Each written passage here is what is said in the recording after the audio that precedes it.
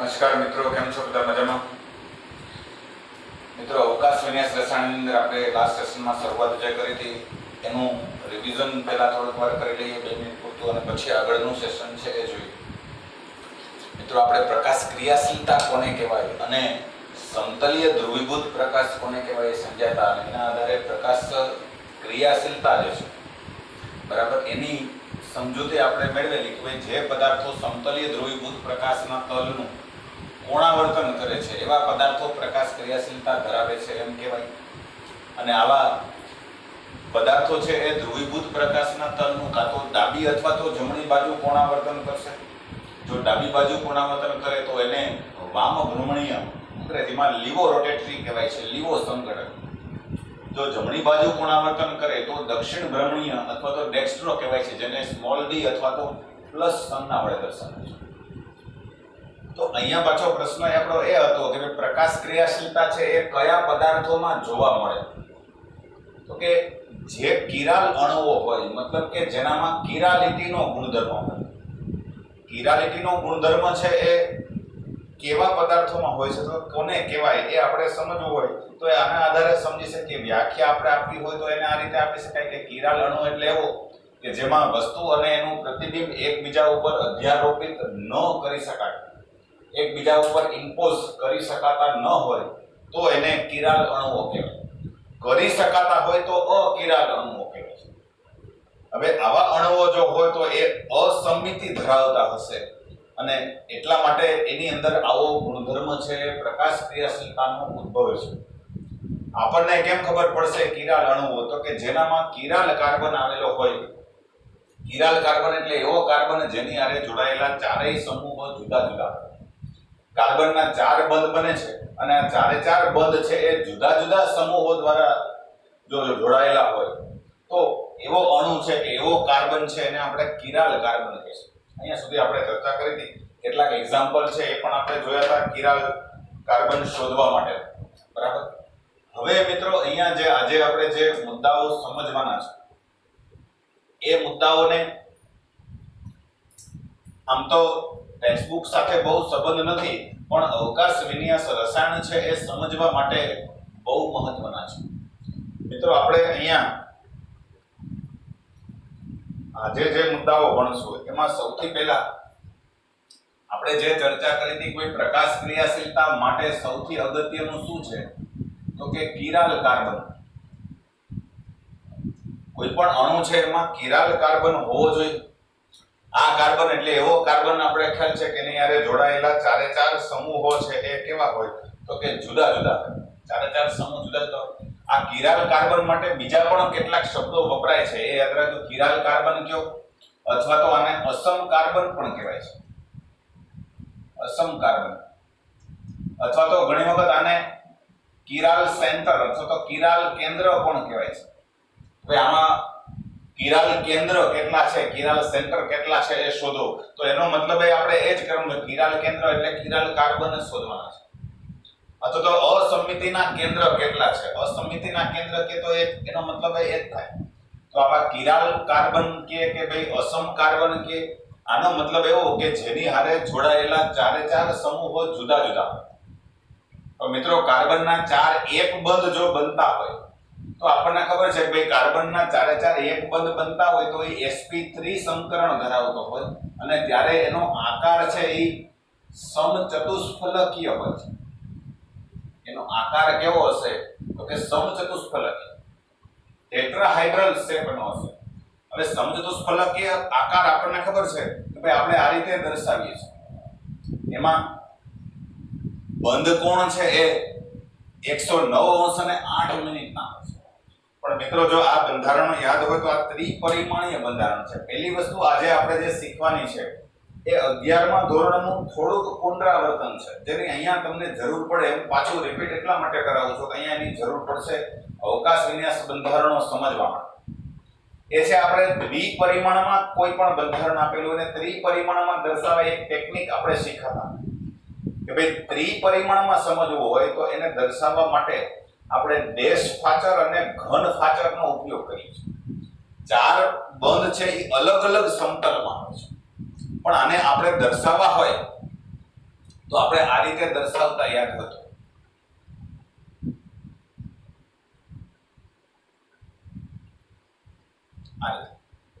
આ રીતે ચાર બંધ છે એ જુદા જુદા દર્શાવતા. એમાં બે બંધ છે એ લીટી વડે દર્શાવીએ. બે બંધ લીટી વડે. એક છે આ રીતે દર્શાવો, એને આપણે કહીએ છીએ દેશ ફાચર. અને આપણે શું કહીએ છીએ? દેશ ફાચર. અને આવું જે હોય છે એને આપણે કહીએ છીએ ઘન ફાચર. તો પેલા આ ટેકનિક શીખી લો. આ તમને ખબર હોવી જોઈએ જો ભૂલાઈ ગયું હોય કે દેશ ફાચર અને ઘન ફાચર આપણે કેવી રીતે દર્શાવીએ છીએ. દાખલા તરીકે આપણે કોઈ પણ અણુ લઈએ, અહીંયા આપણે જોડી દઈએ તો કે દાખલા તરીકે અહીંયા હાઇડ્રોજન જોડાયેલો છે, બરાબર, અને અહીંયા આગળ બ્રોમિન જોડાયેલો છે. હાઇડ્રોજન છે, અહીંયા બ્રોમિન છે. અહીંયા દાખલા તરીકે આપણે મિથાઇલ સમૂહ જોડીએ અને અહીંયા આગળ દાખલા તરીકે ઇથાઇલ સમૂહ જોડીએ, C2H5. તો આ સૂત્ર થઈ ગયું મિત્રો 2 બ્રોમો બ્યુટેન. સૂત્ર આ રીતે થયું CH3, પછી બીજા કાર્બન ઉપર CH અને Br છે, CHBr, અને પછી ઇથાઇલ સમૂહ છે. આ કાર્બનના ચારે ચાર બંધને જુદા લખો તો આ રીતે થશે. આ અસમ કાર્બન. તો આ અસમ કાર્બનના ચાર બંધ આ રીતે બનેલા હશે. તો એને ત્રિપરિમાણમાં આપણે આ રીતે દર્શાવીએ. પણ આને સમજવાના કેમ છે? આવું આપેલું હોય તો આને ત્રિપરિમાણમાં કેમ સમજવાનું? 11 માં શીખ્યા હતા. કેવી રીતે? તો કે આ જે દેશ ફાચર છે એને આપણે સમતલની પાછળની બાજુએ કલ્પના કરવાની છે. એ ક્યાં આવેલું છે? તો કે પાછળ. આ જે બોર્ડ છે એ બોર્ડની પાછળ આ બ્રોમિનનો પરમાણુ આવશે. જ્યારે ઘન ફાચર છે એ સમતલની આગળ છે. સમતલની આગળ એટલે તમારી સાઈડ, આ બાજુ છે, બરાબર. જ્યારે આ બંને જે લીટી વડે દર્શાવેલા આ બે બંધ હોય છે, લીટી વડે દર્શાવેલા આ બે બંને બંધ છે એ સમતલમાં જ છે. એ સમતલમાં જ આવેલા છે, બરાબર. જે બે બંધ લીટી વડે દર્શાવેલા હોય એ જ સમતલ, એટલે આ બોર્ડમાં જ આવેલા છે. બોર્ડમાં જ આવેલા છે. ત્યારે આ બંધ છે પાછળની સાઈડ છે. એટલે આ રીતે એને તમે ત્રિપરિમાણમાં મિત્રો સમજી શકો જો સમજવું હોય તો, બરાબર. કે ભાઈ દાખલા તરીકે આપણે આ મિથાઇલ સમૂહ લઈએ, એને ઉપર દર્શાવીએ. અહીંયા ઉપર મિથાઇલ સમૂહ છે, બરાબર, અને અહીંયા ઇથાઇલ સમૂહ છે. આ મિથાઇલ છે અને આ ઇથાઇલ છે. તો આ સમતલની અંદર જ છે. આ બે એક સીધી લીટીમાં આવશે, અહીંયા એક સમતલમાં આવશે. હવે આ બે જો એક સમતલમાં આવતા હોય તો આ છે એ સમતલની આગળ આવશે, આ બાજુ આવે છે તમારી સાઈડ, અને આ છે એ સમતલની પાછળ આવે છે. અહીંયા આપણે સમતલ લઈએ છીએ તો આ પ્રમાણે વચ્ચેથી તમે બરાબર સમતલ પસાર કરો તો આ લાલ જે છે પેન એ આ બાજુ આગળની તરફ આવશે અને આ બ્લુ છે એ પાછળની તરફ આવશે. તો જે પાછળ તરફ હોય એને આપણે દેશ ફાચર વડે દર્શાવીએ છીએ, અને જે આગળ તરફ આવતો હોય સમતલની એને આપણે ઘન ફાચર વડે દર્શાવીએ છીએ, અને જે બે એક જ સમતલમાં હોય એને આપણે આ રીતે દર્શાવીએ છીએ. એટલે આ પ્રમાણે દેશ ફાચર અને ઘન ફાચર વડે આપણે ત્રિપરિમાણમાં અણુઓને દર્શાવી શકીએ. અને આ પ્રમાણે જો અણુઓ દર્શાવેલા હોય તો એના આધારે આપણે એનો જે પ્રતિબિંબી સમઘટક દોરવાનો હોય એ પણ દોરી શકીએ. દાખલા તરીકે હવે આ જે અણુ છે એનો તમારે પ્રતિબિંબી દોરવો હોય, બરાબર, તો આનું પ્રતિબિંબ કેવું મળશે? તો આનો પ્રતિબિંબી જે સમઘટક હશે એ કેવો હશે? તો કે આમાં આપણે સમજીએ. આ જ પ્રમાણે આનો પ્રતિબિંબી તમે દોરો. માનો કે વચ્ચે આપણે બરાબર અરીસો મૂકી દઈએ. અરીસો, આ જે અણુ છે એ છે આપણો 2 બ્રોમો, નામ આપી દઈએ 2 બ્રોમો બ્યુટેન. 2 બ્રોમો બ્યુટેન છે. તો આનો પ્રતિબિંબી હશે એ કેવો મળશે? વિચાર કરો, આપણે કલ્પના જ કરવાની છે. ભાઈ આનું પ્રતિબિંબ કેવું હશે? તો પ્રતિબિંબમાં ડાબું જમણું ઉલટાઈ જશે, બરાબર. આજે આપણો હતું એ જ વસ્તુ સમજીએ કે આનું પ્રતિબિંબ લેશો તમે તો આ જે સમતલમાં છે આ ડાબું જમણું ઉલટાઈ જશે, આમ મળશે, આ પ્રમાણે, બરાબર. એટલે આ પ્રમાણેનું બંધારણ આપણે લઈએ તો આને આ રીતે તમે દર્શાવી શકો.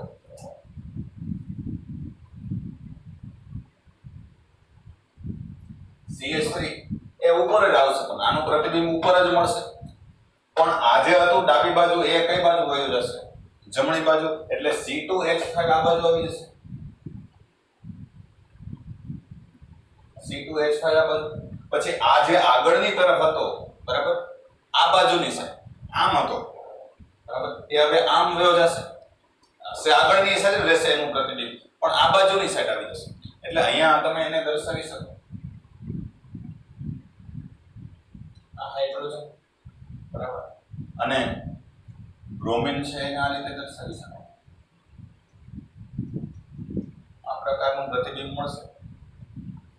એક્ઝેક્ટ.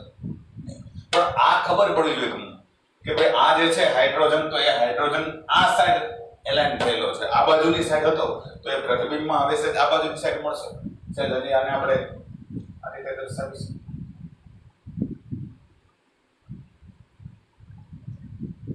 આ પ્રકાર આમાં આ બાજુની સાઈડ હતો એ આ બાજુની સાઈડ મળશે. ડાબું જમણું ઉલટાય. બ્રોમિન છે એ જમણી બાજુ હતો તો એ ડાબી બાજુની સાઈડ દેખાશે તમને પ્રતિબિંબમાં. પણ આમાંય અગેન ત્રિપરિમાણ છે, આપણે એટલે એને ત્રિપરિમાણમાં સમજવાના છે કે આ બ્રોમિન છે એ ક્યાં છે? તો કે સમતલની પાછળ છે, અને આ ઘન ફાચર છે એ સમતલની આગળ છે.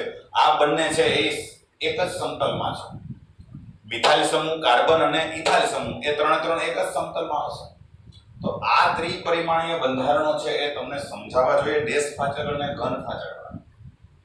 હવે મહત્વની વસ્તુ એ કે આનું નામ આપો તો Ia2-bromobutan જ થાય. થાય કે નહીં? આનું નામ 2-bromobutan જ થશે. અને કારણ કે આમાં કિરાલ કાર્બન છે, આ કિરાલ કાર્બન છે, અને કિરાલ કાર્બન છે એટલે તમારે કઈ આમાં અરીસામાં સાબિત કરવાની જરૂર નથી. પણ જો આમાં કિરાલ કાર્બન આવેલો છે એટલે આ અને આ વસ્તુ લઈએ, આ અણુ લઈએ તો આ એનું પ્રતિબિંબ છે. આ એક અણુ ને આ બીજો અણુ એનો પ્રતિબિંબ છે. આ બંને એકબીજા ઉપર અધ્યારોપિત થઈ શકશે નહીં. અને અધ્યારોપિત નહીં થાય એટલે આ બંને અલગ અલગ પ્રકાશ ક્રિયાશીલ સમઘટકો છે. આવા તમને બે અલગ અલગ અણુઓ મળે. આ એકમાં ગોઠવણી આવા પ્રકારની હશે તો બીજામાં ગોઠવણી એના અરીસા જેવી, એના પ્રતિબિંબ જેવી હશે. એક અણુ છે એનું પ્રતિબિંબ હોય બીજો, એવો બીજો અણુ હશે. પણ બેયને કહેવાય તો 2-bromobutan જ. હવે આ પ્રકારની ગોઠવણી વાળા 2-bromobutan ને તમે પોલારીમીટરની ટ્યુબમાં મૂકો. પોલારીમીટરની ટ્યુબમાં ભરી અને એના ઉપર ધ્રુવીભૂત પ્રકાશનું આપાત કરો તો એ ધ્રુવીભૂત પ્રકાશના તલનું કાં તો ડાબી બાજુ કોણાવર્તન કરશે કાં તો જમણી બાજુ. માનો કે આ ડાબી બાજુ કોણાવર્તન કરે, ડાબી બાજુ, તો એને આપણે લીવો અથવા તો માઈનસ કહીશું. આ લીવો રોટેટરી હોય. જો આ ડાબી બાજુ કોણાવર્તન કરતો હોય તો આ છે એ 100% ડેક્સ્ટ્રો રોટેટરી જ હોય. આ ડેક્સ્ટ્રો અથવા તો પ્લસ નિશાની છે એ ધરાવતો હશે. આ જો લીવો હોય તો આ હંમેશા ડેક્સ્ટ્રો જ હશે. સમજાશે આટલી વસ્તુ? આનું હવે પરિભ્રમણ કેટલું થાય, કેટલા ડિગ્રી પરિભ્રમણ કરશે. અહીંયા મહત્વની વસ્તુ કે આ બરાબર સમજી લેવાનું કે આ પ્રતિબિંબી સમઘટકો કહેવાય છે. એક અણુનું પ્રતિબિંબ છે એ બીજા જેવું છે, મિરર ઇમેજ જેવા છે. સમજી લો કે ટ્વિન્સ બ્રધર જેવા. મિત્રો મૂવી જોવાનો શોખ હોય તો ઘણા બધા મૂવી ની અંદર ટ્વિન્સ ભાઈઓની કથા છે એ સ્ટોરી હોય એવા મૂવી આવ્યા છે. લેટેસ્ટમાં જોયું હોય તો જુડવા આવ્યું, તમે બધા લોકોએ જોયું હોય તો, કે બે જુડવા, બે ટ્વિન્સ છે એ કેવા હોય તો કે એકદમ આઈડેન્ટિકલ. બેને સામસામે ઊભા રાખો તો એકનું પ્રતિબિંબ હોય બીજો એવું લાગે. અરીસો સામે મૂકો, એક સરખા કપડા પહેરાવીને બેને ઊભા રાખો તો એકનું પ્રતિબિંબ હોય એવું લાગે. કોઈ મતલબ ટ્રીકથી કર્યું પણ વાસ્તવમાં આવા આઈડેન્ટિકલ ટ્વિન્સ હોય છે. તો અહીંયા એવું છે કે આ બે સમજી લો કે બે અલગ અલગ અણુઓ છે, પણ એ બે અણુઓ એકબીજાના વસ્તુ પ્રતિબિંબ જેવા છે. અને કારણ કે એકબીજા ઉપર અધ્યારોપિત કરી શકાતા નથી એટલે એ ધ્રુવીભૂત પ્રકાશના તલનું કોણાવર્તન કરશે કાં તો ડાબી બાજુ કાં તો જમણી બાજુ. આટલી વસ્તુ ક્લિયર થઈ ગઈ છે મિત્રો? જો આ ડાબી બાજુ કોણાવર્તન કરે તો આ 100% જમણી બાજુ જ કરે. એવું નથી કે આ ડાબી બાજુ કરશે, આ તો અંદાજ લીધો છે. જો આ જમણી બાજુ કોણાવર્તન કરે તો આ ડાબી બાજુ કોણાવર્તન કરશે. હવે કઈ બાજુ કોણાવર્તન કરશે એની ખબર કેમ પડે? તો કે એની ખબર માત્ર અને માત્ર પોલારીમીટરના પ્રયોગ દ્વારા જ ખબર પડે, આ ખાસ યાદ રાખજો, પ્રયોગ દ્વારા જ, એમનેમ તો ખબર નહીં પડે કોઈ પણ રીતે, અણુનો આકાર જોઈને, એને ચોપડીમાં ફોટો જોઈને ખબર નહીં પડે કે એ કેવો આકાર ધરાવતા, એ કયા પ્રકારનું પરિભ્રમણ ધરાવે છે, ડેક્સ્ટ્રો છે કે લીવો, એ પોલારીમીટરનો પ્રયોગ કરો તો જ ખબર પડશે. પણ હવે અહીંયા આપણે જોવાનું છે આગળ કે ભાઈ આ પ્રકારના પ્રકાશ ક્રિયાશીલ પદાર્થો છે કે જે એકબીજાના વસ્તુ પ્રતિબિંબ જેવા, તો આવા જે બે અણુઓ હશે એને આપણે એકબીજાના પ્રકાશ ક્રિયાશીલ સમઘટકો કહીએ છીએ. પ્રકાશ ક્રિયાશીલ સમઘટકો, આ પ્રકાશ ક્રિયાશીલ સમઘટકો છે. પણ પ્રકાશ ક્રિયાશીલ સમઘટકો બે પ્રકારના હોય છે મિત્રો. પ્રકાશ ક્રિયાશીલ સમઘટકો જો હોય કોઈ પણ, તો એ બે પ્રકારના હોય છે. એકને કહેવાય છે ઇનાન્શિયોમર્સ અને બીજાને કહેવાય છે ડાયાસ્ટેરિયોમર્સ અથવા ડાયાસ્ટેરિયો આઇસોમર્સ કહેવાય છે. એમાં શું તફાવત છે એ આપણે પછીના સેશનમાં જોશું, અત્યારે આપણે એમાં પડવું નથી. પણ અહીંયા આપણે આ સમજી શકાય કે આ અણુનું આ પ્રતિબિંબ છે. જો એકનું પ્રતિબિંબ બીજો હોય તો આવા જે પ્રકાશ ક્રિયાશીલ સમઘટકો હશે એને આપણે પ્રતિબિંબીઓ અથવા તો અંગ્રેજીમાં એને ઇનાન્શિયોમર્સ કહેવાય છે. ઇનાન્શિયોમર્સ મતલબ કે ઇનાન્શિયોમર્સ છે. ઇનાન્શિયોમર્સ ગુજરાતીમાં પ્રતિબિંબીઓ કહીએ તો એ એવા પ્રકાશ ક્રિયાશીલ સમઘટકો છે કે જે એકબીજાના વસ્તુ પ્રતિબિંબ જેવા હશે, એટલે એક અણુનું મિરર ઇમેજ બીજી હશે. આટલી વસ્તુ ક્લિયર થઈ ગઈ? અહીંયા સુધીમાં કઈ મુશ્કેલી હોય તો બરાબર સમજી લીધું. આપણે દેશ ફાચર અને ઘન ફાચર સમજ્યા હતા, પણ મિત્રો હવે દરેક વખતે આ પ્રમાણે તમારે ત્રિપરિમાણમાં દેશ ફાચર દર્શાવો, ઘન ફાચર દર્શાવો, અને આના આધારે જો તમે ત્રિપરિમાણમાં સમજો કે ભાઈ દેશ ફાચર છે બરાબર, તો એ સમતલની પાછળ, અને ઘન ફાચર છે તો એ સમતલની આગળ, અને ત્રિપરિમાણમાં એ રીતે સમજવાનું છે. તો એ સમજવામાં થોડી કડાક અને એને દોરવામાં મુશ્કેલી થાય. માનો કે આવો બીજો કોઈ અણુ છે એ આપણે લેવો હોય તો લઈ શકીએ. હજી કે ભાઈ દાખલા તરીકે ઉદાહરણ માટે ઝડપથી એક બીજું પણ લઈ લઈએ. હવે દાખલા તરીકે લેક્ટિક એસિડ લઈએ, CH3 CHOH અને COOH. આવો અણુ હોય તો આનું નામ શું છે? તો કે લેક્ટિક એસિડ. હવે લેક્ટિક એસિડમાં કિરાલ કાર્બન કયો છે? તો કે અહીંયા આપણને દેખાય, તો ધ્યાનથી જોશો તો આ હાઇડ્રોજનને જુદો પાડો તો આ કાર્બન હારે જોડાયેલા ચારે ચાર સમૂહો જુદા જુદા છે બરાબર. તો આ સમૂહો જુદા જુદા સમતલમાં ગોઠવાયેલા હશે. તો આને આપણે આ રીતે દર્શાવી કે આ કિરાલ કાર્બન, આ એની ઉપર કાર્બોક્સિલ સમૂહ છે, આ એની હારે જોડાયેલો મિથાઇલ સમૂહ છે. આ ત્રણ કાર્બન છે એ માનો કે એક સમતલમાં આવે છે બરાબર. તો એક સમતલમાં આવતા હોય તો બાકીના જે છે એને આપણે દર્શાવી શકીએ આ રીતે. માનો કે હવે બાકી શું રહ્યું છે તો કે H, અને બાકીનો છે એ આ રીતે દર્શાવું છું OH. આ પ્રકારે છે. તો આનું પ્રતિબિંબ કેવું મળશે? તો કે આનું પ્રતિબિંબ દોરવું હોય તો પાછું આ પ્રકારે લઈએ, COOH ઉપર જ આવશે, પણ આ મિથાઇલ જે ડાબી બાજુ છે એ કઈ બાજુ વહી જશે? જમણી બાજુ. એટલે આ બાજુ આપણે મિથાઇલ સમૂહ દર્શાવો. એ જે આ બાજુ હતો એ હવે આપણને આ બાજુની સાઈડ દેખાશે, અને OH છે એ આ બાજુ દેખાશે. આ પ્રકારે આવું પ્રતિબિંબ હશે. હવે આ બેને કહેવાય તો લેક્ટિક એસિડ જ, આને કહેવાય તો લેક્ટિક એસિડ, આને પણ લેક્ટિક એસિડ જ કહેવાય, આ પણ લેક્ટિક એસિડ જ છે. પણ આ બે એકબીજાની મિરર ઇમેજ જેવા છે, અને કારણ કે આમાં એક અસમ કાર્બન છે, અસમ કાર્બન આ રીતે ફૂદડીની નિશાની વડે દર્શાવે, તો તો અસમ કાર્બન કાર્બન છે, કાર્બન કે કિરાલ સેન્ટર પણ કહી શકો. એટલે આનું પ્રતિબિંબ એકબીજા ઉપર અધ્યારોપિત થશે નહીં, એટલે પ્રકાશ ક્રિયાશીલતા ધરાવશે. અને પ્રકાશ ક્રિયાશીલતા ધરાવશે એટલે એક આમાંથી આવી ગોઠવણી ધરાવતો પદાર્થ લ્યો તો આ છે એને દ્રવીભૂત પ્રકાશના તલનું કાં તો ડાબી બાજુ કોણાવર્તન કરશે કાં તો જમણી બાજુ કોણાવર્તન કરશે. માનો કે ડાબી બાજુ કોણાવર્તન કરે છે તો એને લીવો રોટેટરી કહીશું. માનો કે આ જમણી બાજુ કોણાવર્તન કરે છે તો આને આપણે કહીશું ડી અથવા તો પ્લસ. ડી અથવા તો પ્લસ બેમાંથી કોઈ પણ સંકેત વાપરી શકો.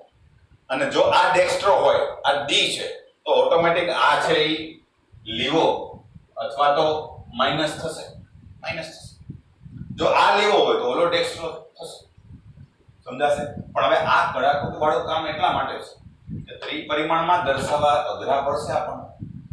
એટલે આજે આપણે જે શીખવાનો મુદ્દો છે આના પછીનો, બરાબર, એ કે આવા ત્રિપરિમાણીય બંધારણને સરળતાથી દ્વિપરિમાણમાં કેમ દર્શાવી શકાય. દ્વિપરિમાણમાંથી સરળતાથી ત્રિપરિમાણમાંથી આપણે એને સરળતાથી દ્વિપરિમાણમાં દર્શાવવો હોય તો કેવી રીતે દર્શાવી શકાય એ આપણે શીખવાનું છે. મિત્રો અહીંયા જે એક્ઝામ્પલ લીધા હતા આપણે એ જ અહીંયા પાછા લેવા છે, બરાબર. એને દર્શાવવાની રીત છે એ આપણને ફિશર નામના વૈજ્ઞાનિકે સમજાવી છે. એટલે આપણે હવે જે સમજવાનું છે એ છે ફિશરના પ્રક્ષેપણ સૂત્રો. આ મુદ્દો પણ અવકાશ વિન્યાસ રસાયણ માટે ખૂબ અગત્યનો છે. ફિશર પ્રક્ષેપ સૂત્રો દ્વિપરિમાણમાં આપેલા ત્રિપરિમાણીય હોય તો ત્રિપરિમાણીય શેપને દ્વિપરિમાણમાં દર્શાવવા માટે ફિશરે એક ટેકનિક આપેલી છે. એક ટેકનિક, એ ટેકનિક વડે તમે દ્વિપરિમાણમાં દર્શાવો તો પણ એને ત્રિપરિમાણમાં સમજી શકાય. આને સમજી શકાય એ એવી જ રીત છે. આ એ દ્વિપરિમાણમાં જ આપણે અણુને દર્શાવ્યા છે, પણ આને દેખાવાનું છે આપણે. આને જોશું તો ત્રિપરિમાણમાં શેપ દેખાશે. આને તમે આ રીતે લઈ શકો કે ભાઈ આ પ્રમાણે લ્યો તો આ COOH સમૂહ છે, અને આ રીતે ગોઠવી શકો, મોડેલ બનાવી શકો આનું કે ભાઈ COOH આ કાર્બન અને આ CH3 આ ત્રણેય એક સમતલમાં છે. આ COOH આ કાર્બન અને આ CH3 C અને COH. તો હવે બાકી વધ્યા કયા કયા? તો કે H અને OH. HOH વધ્યા છે. તો માનો કે અહીંયા H છે એ તમારી તરફ આવે એટલે આ H છે ને આ OH છે. આ H અને આ OH, બરાબર છે. આ પ્રમાણે લખી શકાય. ઓલામાં પણ એ પ્રમાણે લઈ શકો તમે. આ જ રીતે સેમ આમ કરી જવું પડશે કે આ COH આ CH3, બરાબર. આ પ્રમાણે પણ આ પ્રમાણે જોશો તો આ તમારી તરફ જે આવે છે એ કયો થશે? તમારી તરફ જે આવે છે તો કે આ H અને આ છે એ OH. સેમ એ જ રીતે સમજી શકાય. પણ આને ત્રિપરિમાણમાં આપણે સમજવા થોડાક અઘરા પડે એટલે ફિશરે આના કરતા સહેલું કરી નાખ્યું. કે ફિશર પ્રક્ષેપ સૂત્રમાં શું તો કે જે કાર્બનની ફરતેના ચારે ચાર બંધ છે, કાર્બનની ફરતેના ચારે ચાર બંધ, એને માત્ર તમારે આ રીતે સરવાળાની નિશાની વડે દર્શાવો. સરવાળાની નિશાની વડે. હવે કાર્બનની ફરતેના આ જે ચારે ચાર સમૂહો છે એને આ ચારે ચાર જગ્યાએ દર્શાવી દેવાના. ચારે ચાર જગ્યાએ. પણ ચારે ચાર જગ્યાએ કેવી રીતે દર્શાવવાના છે એની ખાસ એને ટેકનિક આપેલી છે કે ભાઈ આ રીતે અણુ આપેલો હોય તો આની અંદર અહીંયા આગળ તમે જે સમૂહો મૂકશો, અહીંયા આગળ ઉપર એટલે શિરોલંબ સ્થિતિ એને હું કહું છું. શિરોલંબ ઉપર તમે જે સમૂહો મૂકશો, બરાબર, આ બંને છે એ સમતલની પાછળ હશે. એ બંને ક્યાં હશે તો કે બે પાછળ હશે. બે અને આ બે જે લેશો, આ બે અહીંયા આડી લાઈનમાં વર્ટિકલ, આ વર્ટિકલ કહેવાય છે, આને હોરિઝોન્ટલ કહેવાય છે અંગ્રેજી. વર્ટિકલ એટલે કે સમક્ષિતિજ. ગુજરાતીમાં કેવું હોય તો સમક્ષિતિજ લઈએ તો સમક્ષિતિજમાં જે જોડો છો, બરાબર, એ સમતલની આગળ છે. સમતલની આગળ.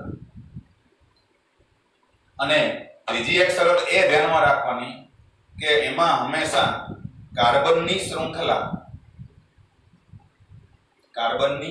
શૃંખલા ઊભી, એટલે કે શિરોલંબ ગોઠવવી. આ ત્રણ વસ્તુ છે એને ધ્યાનમાં રાખો તો તમને ફિશરના પ્રક્ષેપ સૂત્ર સમજી શકાય. હવે આ જે છે, માનો કે આ જ અણુ, આમાંથી આપણે સમજીએ કે આ જ અણુને તમારે ફિશર પ્રક્ષેપ સૂત્રમાં સમજવા હોય તો કેવી રીતે સમજી શકાય? પહેલા આમાંથી સમજીએ. તો સિમ્પલ વસ્તુ છે કે આડી લાઈનમાં જે છે એને તમારે તમારી તરફ જોવાનું. એટલે આ સમજી લો, આખો સ્ટેપ છે મારો, બરાબર. અહીંયા એક સમૂહ છે, અહીંયા બીજો સમૂહ છે, એક ઉપર ને એક ની 4 સમૂહ છે. તો આ આગળના જે બે છે એ આમ છે, આગળની તરફ તમારી તરફ આવે છે, બરાબર. અને આ ઉપર નીચેના છે એ પાછળ જાય છે, આ રીતે આમ હશે, આ પ્રમાણે, બરાબર. એક આ બાજુ, એક આ બાજુ, એ પાછળ જાય છે, આગળના એ આ રીતે આવે છે, બરાબર. સમજો, આ રીતે સમજી શકાય. એની અંદર સમજો, આને હું એ રીતે ગોઠવવાનો પ્રયત્ન કરું છું કે આ COOH C અને CH3 છે, તો એને આપણે આ રીતે સમજીશું, બરાબર. પણ આને હવે તમારે શું કરવાનું છે? તો કે અહીંયા જે દેશ અને ઘન ફાચર છે, અહીંયાથી જોવાનું છે. અહીંયા વચ્ચેથી જુઓ જોઈએ તમે, અહીંયાથી જોશો તમે, અહીંયાથી જોશો એટલે ક્યાંથી જોવાનું છે? તો કે આ H અને OH ની વચ્ચેથી અહીંથી જોવાનું છે કે નહીં? અહીંયાથી તમે વચ્ચેથી જોવો એટલે તમને આ રીતે દેખાશે. જો બરાબર, ત્રિપરિમાણમાં કલ્પના કરો, અહીંયાથી જોવો એટલે શું દેખાય? તો કે H અને OH તો બે આડા દેખાશે કે નહીં? H અને OH, બરાબર. આ H અને આ OH, તો આ H અને OH બે આડા દેખાશે. અને આ બે જો આડા આવતા હોય સમક્ષિતિજ, તો ઓટોમેટિક બાકીના બે છે એ ક્યાં આવશે? તો કે ઊભા. એટલે અહીંયા આવશે CH3, વચ્ચે C અને COH, તો CH3 અને COH એ નીચે જશે આ રીતે. એટલે આ રીતે આને જોવાનું છે. આ રીતે આને જોવો તો તમને ઉપર દેખાશે COOH, ઉપરનો આપણે COOH લીધો છે, એટલે ઉપરનો COOH, વચ્ચે C અને પાછળ CH3 આમ જશે. એટલે આ બે આગળ અને આ બે પાછળ. એટલે તમારે શું કરવાનું છે? તો કે આ જે બંને સમૂહો છે, અહીંયા આગળ આપણે એને દર્શાવી શકીએ. આ પ્રમાણે જોવો તો હવે અહીંયા તમને શું દેખાય છે? તો કે આ જ અણુ છે એને તમે અહીંયાથી જુઓ તો શું દેખાશે? બરાબર. ડાબી બાજુ કયો આવશે? H. આમ જ આવશે કે નહીં? અહીંયાથી જુઓ તો તમને આ બાજુની સાઈડ H દેખાય છે ને ઓલી બાજુની સાઈડ OH દેખાશે. એટલે અહીંયા આપણે આવશે H અને આ બાજુ આવશે OH. આ પ્રકારનું સૂત્ર થશે, બરાબર. અને ઉપર આ બે છે એ શિરોલંબ આવશે, એટલે COOH અને અહીંયા આવશે CH. પણ આને જોવાના છે કેમ? તો કે આ બે આગળ અને આ બે પાછળ. આ રીતે દર્શાવો માત્ર, તો આને કહેવાય ફિશર પ્રક્ષેપ સૂત્ર. શેલું થઈ ગયું? હવે જો આનું ફિશર પ્રક્ષેપ સૂત્ર આવતું હોય, બરાબર, આનું ફિશર પ્રક્ષેપ આ પ્રમાણે છે, એટલે ખાલી આમ જ થયું કે નહીં? COOH, પછી આ બાજુ આવ્યો OH, H અને નીચે CH, બરાબર. તો હવે આનો પ્રતિબિંબી લ્યો, પ્રતિબિંબી. તો એમાં શું થશે? તો કે એનો પ્રતિબિંબી દોરવો તમારે બહુ સહેલો પડે. આના ઉપરથી તમે લખી શકો અહીંયા, બરાબર. સમજાશે? આનો પ્રતિબિંબી લ્યો તો શું થશે? બરાબર. અહીંયાથી તમે જુઓ આને, અહીંયાથી જુઓ તો શું દેખાશે? આમ જોઉં છું હવે અહીંથી, બરાબર. હવે આને આમ જોયું તમે, અહીંથી હું જોઉં છું તો આ બાજુ રાઈટ સાઈડ મારે OH આવ્યો, જમણી બાજુ OH આવ્યો અને ડાબી બાજુ H આવ્યો છે. તો અહીં એ રીતે દર્શાવ્યું છે, જમણી બાજુ OH અને ડાબી બાજુ H. પણ હવે આને હું અહીંથી જોઉં છું, અહીંયાથી, તો અહીંયાથી મને શું દેખાશે? તો કે જમણી બાજુ H અને ડાબી બાજુ OH. અહીંથી હું જોઉં તો જમણી બાજુ H આવશે, ડાબી બાજુ OH આવશે. એટલે ઉલટું થશે આનું, સીધું COOH CH3, આ બાજુ આવશે H અને આ બાજુ આવશે OH. એટલે સિમ્પલ, કાઈ નથી કરવાનું. આ જ રીતે તમે એને દર્શાવી શકો. આ અણુનું ફિશર પ્રક્ષેપ સૂત્ર આ થઈ ગયું અને આનું આ થઈ ગયું. તો આ સહેલું પડે કે નહીં? કઈ માથાકૂટ જ નહીં, બરાબર દર્શાવી દેવાના, બરાબર. આગલું ઉદાહરણ જે આપણે જોયું હતું એ ફરી પાછું લઈએ. કયું લીધું હતું? તો કે 2 બ્રોમો બ્યુટેન. તો હવે એને પણ તમે આ રીતે સમજી શકો. 2 બ્રોમો બ્યુટેન, 2 બ્રોમો બ્યુટેન. તો આ રીતે દર્શાવી શકાય.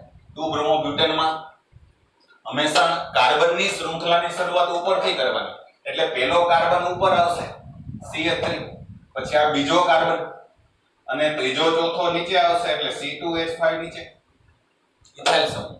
આને છૂટું પાડીને લખી શકો. તો હવે બાકી શું બોલ્યું તો કે અહીંયા જે અસમ કાર્બન ઉપર છે એ બે વિધા H અને OH, H અને Br આ પ્રમાણે. અહીંયા વચ્ચે કાર્બન બતાવવાની જરૂર નથી, તમે સ્ટ્રેટ સીધું દર્શાવી શકો. તો આની મિરર ઇમેજ શું થશે? તો આની મિરર ઇમેજ દર્શાવી હોય તો CH3 ઉપરનું તેમનું જ રહેશે, C2H5 એમનું જ રહેશે. આની મિરર ઇમેજમાં શું થાય તો કે ડાબું જમણું ઉલટાઈ જાય એટલે બ્રોમિન અને H. આગળના ઉદાહરણમાં જો તો પાછું એવું લાગે તો રિપીટ કરીને જોજો. I2 બ્રોમોબ્યુટેન છે, આ રીતે દર્શાવી શકાય. હવે તમે વિચારો મિત્રો, આ દેશ ઘન ફાચર આવી રીતે બંધારણ દર્શાવવું સહેલું પડશે કે આમાં? આને ત્રિપરિમાણમાં સમજી શકો. આમાં કેમ સમજાશે તો કે આ બ્રોમિન અને H બે આમ આગળ આવે છે આ બાજુની સાઈડ. ડાબી બાજુ શું છે બરાબર તો કે એ બાજુ બ્રોમિન છે એટલે આ બાજુ બ્રોમિન, તો આ બાજુ હાઇડ્રોજન. આમાં શું છે તો કે બ્રોમિન આ બાજુ છે ને હાઇડ્રોજન આ બાજુ આમ છે આગળ બરાબર. અને આ બે કેમ આવશે તો કે આમ પાછળ બરાબર. એટલે આને પણ તમે ત્રિપરિમાણમાં કન્વર્ટ કરી શકો. અને ત્રિપરિમાણમાં આપેલા હોય આ પ્રમાણે આપેલા હોય તો એને તમે એ રીતે સમજી શકો, આ રીતે સમજી શકો આ ત્રિપરિમાણમાં છે બરાબર. તો આ ત્રિપરિમાણમાં આપેલો હોય તો આને પણ ફિશર-પ્રક્ષેપ સૂત્ર પ્રમાણે તમે કન્વર્ટ કરી શકો કે ભાઈ કાર્બનની શૃંખલા ઊભી જોવાની છે. કાર્બનની શૃંખલા એટલે પહેલો કાર્બન ઉપર રાખવાનો, અહીંયા આપ્યો હોય તો આમ ઊભો કરી નાખો.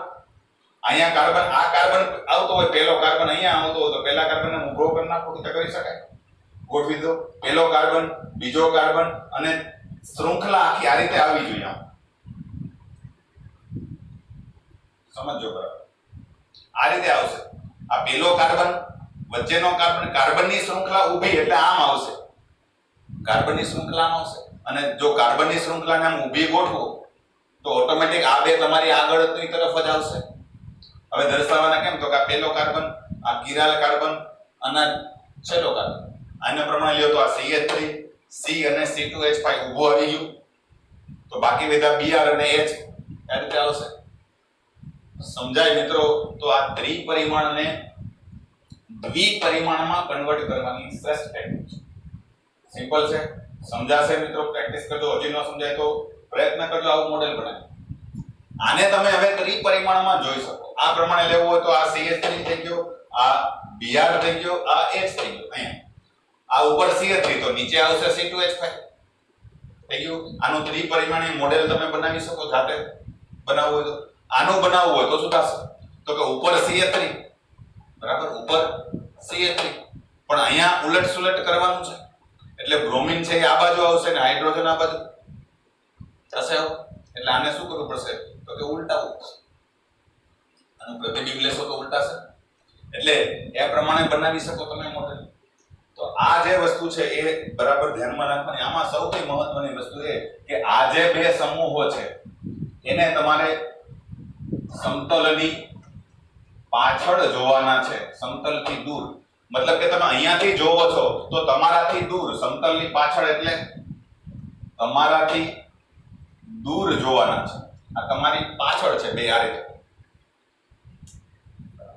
રીતે છે. તમે જોતા હોય તો આ રીતે આવશે, તમારાથી દૂર બરાબર. જ્યારે આ આગળના બે સમૂહો છે, આ આગળના બે સમૂહો બરાબર, આ બંને એ સમતલની આગળની સાઈડ આવશે. આગળ એટલે મતલબ કે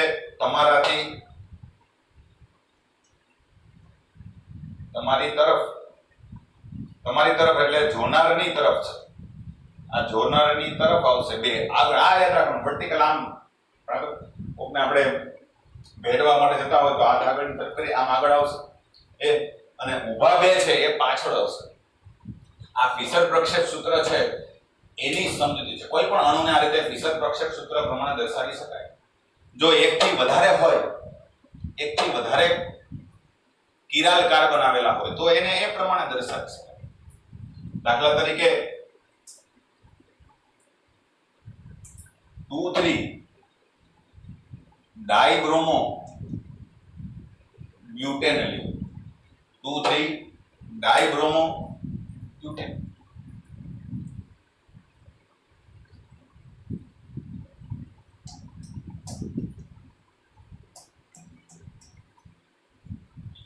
ડાયબ્રોમો બ્યુટેન. તો આમાં એક થી વધારે કિરાલ કાર્બન છે. આનું સૂત્ર લખો. બ્યુટેન બ્યુટેન નહીં પણ પેન્ટેન લેવું પડશે. પેન્ટેન. તો પેન્ટેન એટલે 5 કાર્બન, બરાબર. અને 2,3 એટલે બીજા અને ત્રીજા ઉપર 2 બ્રોમિન. બાકીના હવે હાઇડ્રોજન ગોઠવો એટલે CH3. અહીંયા આવશે CH, એને હું ઉપર લખું છું. અહીંયા આવશે CH, ઉપર લખું છું. અહીંયા આવશે CH2 અને અહીંયા CH3. તો આમાં ધ્યાનથી જોશો તો કિરાલ કાર્બન કેટલા થશે? તો કે 2 કિરાલ કાર્બન. 2 કિરાલ સેન્ટર છે આ બંને. વિચારો, આ કાર્બન આરે જોડાયેલો પહેલો સમૂહ એટલે CH3, બીજો સમૂહ એટલે Br, ત્રીજો એટલે H, CH3 Br. ત્રણે તો જુદા દેખાય જ છે. ચોથો આ આખો ગણાય, આખો સમૂહ. આ જો ચારે ચાર જુદા જુદા છે. H, CH3 Br અને આ આખો સમૂહ. તો આ કિરાલ કાર્બન છે. સેમ એવી જ રીતે તમે જોઈ શકો આ કાર્બન પણ કિરાલ કાર્બન છે. શું કામ? તો કે એની હારે જોડાયેલો છે એક હાઇડ્રોજન, એક બ્રોમિન, એક ઇથાઇલ સમૂહ અને એક આ આખો સમૂહ. આ આખો સમૂહ છે એ આ ત્રણેય કરતા જુદો જ છે. એટલે આમાં કિરાલ કાર્બન કેટલા થયા? તો કે 2. હવે 2 કિરાલ સેન્ટર હોય તો એનું પરિસર પ્રક્ષેપ સૂત્ર દર્શાવવું પડે.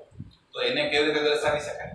તો કે સેમ આ જ રીતે કાર્બનની શૃંખલા કેવી રીતે ગોઠવવાની છે? ઊભીમાં પહેલો ઉપરનો કાર્બન, પહેલો કાર્બન કયો થશે? અહીંયાથી પહેલો થશે નહીં, અહીંયા થશે.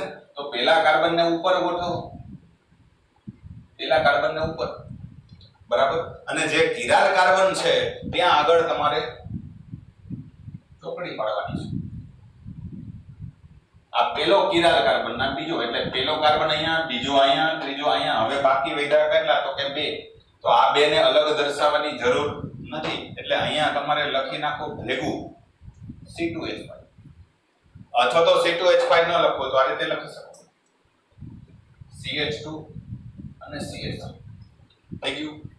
તો આ પહેલો કાર્બન, બીજો કાર્બન, ત્રીજો કાર્બન, આ ચોથો ને પાંચમો. હવે દર્શાવવાનું શું બાકી રહ્યું? તો કે કિરાલ કાર્બન ઉપરના આ જે સમૂહો છે H અને Br. તો અહીંયા જે પ્રમાણે ગોઠવણી હોય એ પ્રમાણે તમે દર્શાવી શકો. જો આવું હોય આમ દર્શાવો તો આનો મતલબ એવો થયો કે H અને Br બે તમારી આગળની તરફ હશે, આ બે આગળની તરફ હશે, આ H Br પણ આગળની તરફ, જ્યારે આ સમૂહો છે એ દૂરની તરફ હશે. સમજાશે? તો આ રીતે એને ફિશર પ્રક્ષેપ સૂત્રમાં દર્શાવી શકાય. તો આજનો ટોપિકમાં આપણે ખાસ આ એક મહત્વની બાબત છે એ આપણે સમજ્યા છે કે કોઈ પણ ત્રિપરિમાણીય અણુ હોય તો એને ફિશર પ્રક્ષેપ સૂત્ર પ્રમાણે કેવી રીતે દર્શાવી શકાય, ફિશર પ્રોજેક્શનમાં કેવી રીતે દર્શાવે છે, આ તમને આવડતું હોવું જોઈએ. કારણ કે આમની ઘણા બધા પ્રશ્નોમાં એ તમને ફિશર સૂત્ર જ આપેલા હોય છે, તો એ સમજાવવું જરૂરી છે. એનું પ્રતિબિંબ તમે આરામથી બનાવી શકો. આ એક મુદ્દો છે એ આપણે માટે અવકાશ વિનય સેશનમાં ખૂબ જરૂરી હતો, એટલે એ પૂરો કર્યો છે. હવે પછી આપણે જે મુદ્દો સેશન લેવાનું છે એમાં આપણે એના વિન્યાસ નક્કી કરવાના મુદ્દાઓ છે એ જોશું. બરાબર? બે રીતે વિન્યાસ નક્કી થાય છે, એક નિરપેક્ષ વિન્યાસ અને સાપેક્ષ વિન્યાસ. પણ મિત્રો એ આપણે નેક્સ્ટ સેશનની અંદર અલગ અલગ મારે વિડિયો કરવા છે, જેથી કરીને તમારે એક ધારું મુશ્કેલી ન પડે. આટલી વસ્તુ છે એ પહેલા બરાબર ક્લિયર સમજો. આમાં નવા પ્રશ્નો તમારે કંઈ તૈયાર કરવાનું છે, આ સમજવાનું છે. આજનો ટોપિક છે, આજનું લેક્ચર છે, માત્ર સમજવાનું છે. તમને દ્વિપરિમાણમાં ચોકડીમાં કોઈ અણુ આપેલો હોય તો એને ત્રિપરિમાણમાં સમજાવો. ત્રિપરિમાણમાં તમે એની કલ્પના કરી શકતા હો.